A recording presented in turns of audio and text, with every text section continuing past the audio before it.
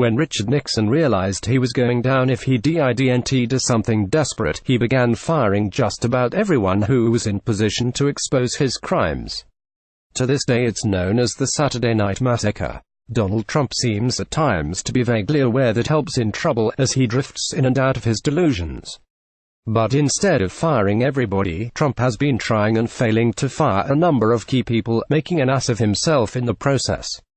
It just got even worse. Sure, Trump fired a number of people early on who were a threat to expose his crime spree: Acting Attorney General Sally Yates, U.S. Attorney Preet Bharara, and FBI Director James Comey, just to name the headliners. After Comey's firing directly led to the appointment of a more powerful special counsel to take over the investigation into Trump's crimes, Trump decided to fire the special counsel as well, until his own White House counsel refused to go along with it, and ultimately talked him out of it. Now we know that was just the beginning of Trump's failed firings. Just today we learned that Trump has been trying to convince his staff to fire Deputy Attorney General Rod Rosenstein, in what would be a desperate last-ditch low-percentage bid at sabotaging the Trump-Russia investigation. Trump's own people have managed to talk him down from this as well. Link. Trump is now the guy who walks into a bank with his accomplices at his side, begins trying to rob the bank, and then gives up and leaves after his accomplices inform him that the robbery isn't likely to go well after all.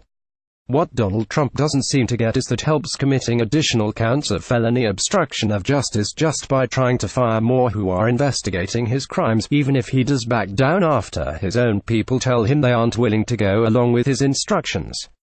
This also serves to establish a pattern of malicious intent on Trump's part.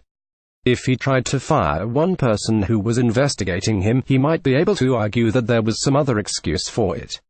Since HES fired or tried to fire nearly everyone investigating him, he no longer has any reasonable doubt on his side.